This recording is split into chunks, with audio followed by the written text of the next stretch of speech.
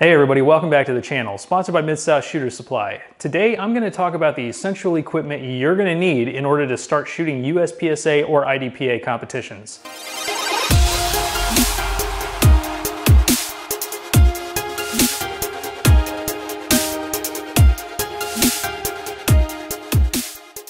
In this video, I'm only going to talk about the bare essentials. In other words, the things that you absolutely have to have in order to shoot a match. And then in a future video, I'll come back and talk about some of the peripheral equipment that might make your life a little bit easier or even make you a little bit more competitive.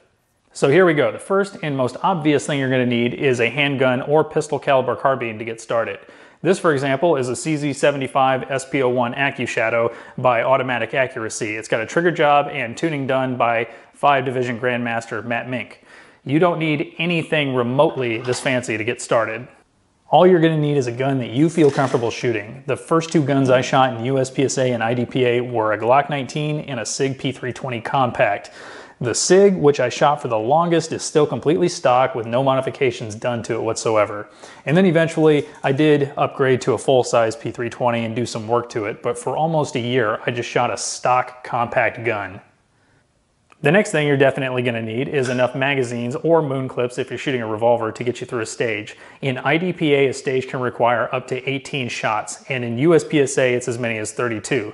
That's a minimum and does not take into account makeup shots, which you will take at some point. So it's certainly a good idea to carry more ammo than is needed on your belt. I carry 5 magazine pouches on my belt for USPSA with a mag in my pocket for the start, and since I shoot SSP division in IDPA, I carry 1 mag in my pocket and 2 mag pouches on my belt.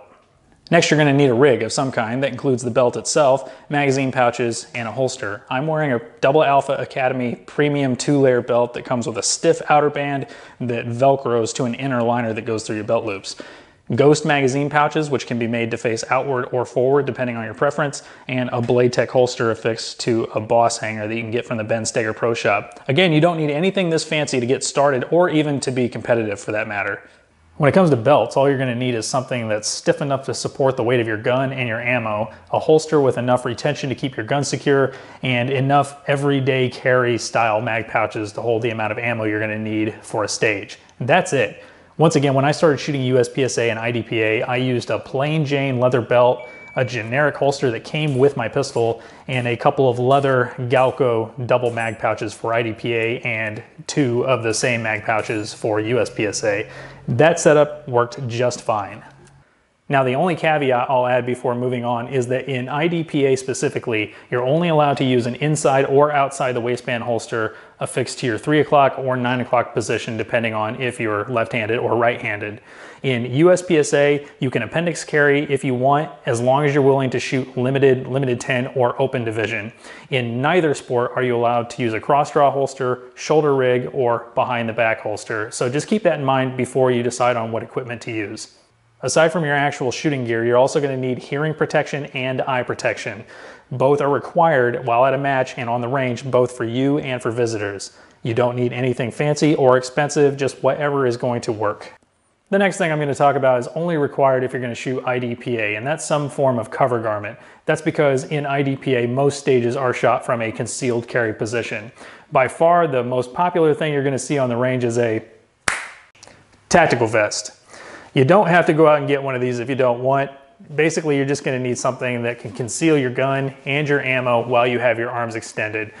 These are really popular probably because they look tactical, but vests are also nice because not having sleeves, you're not going to have your garment bind on you and constrict you while you've got your arms out and while you're going to draw. Another thing is they tend to have lots of pockets so you can put extra gear in them, and they also tend to be a little bit heavier, meaning that you can whip them out of the way when you're going to draw. Another obvious thing you're going to need is ammunition. The rule of thumb I usually go by is to take 50% more ammo than the match requires. If I'm shooting a major match, I'll usually take a bit more than that. If a club doesn't post its stage diagrams, like on Facebook or someplace, just contact the match director and ask what the approximate round count is going to be for the match. After you've shot a few matches at that particular club, you'll start to get a feel for how much ammo you need each time. And the last thing you're gonna need is some kind of range bag or a case to carry around all your gear. Not only are you gonna need something to carry your stuff, but when you show up to the range, your gun needs to be bagged or cased. When you get to the range, you'll go to a labeled safe area and then unbag and holster your gun. So that's it. That's all you need to get started in the action shooting sports. I am going to caution you though, don't go out and spend a whole lot of money on fancy equipment and race gear right off the bat, because trust me, at some point you will change your mind about what works for you. You're either going to decide to shoot a different division, switch guns, decide that you don't like where the magazines sit on your belt, something like that, and then you're going to be back to square one. So get acclimated, get adjusted, get used to the rules, talk to people, experiment, and then go out and make those upgrades. So that about wraps things up, guys. Thanks for watching as usual. I hope you found this video informative or at least entertaining. Make sure you click that subscribe button, like and share with your friends, and until next time, keep your eye on that front sight.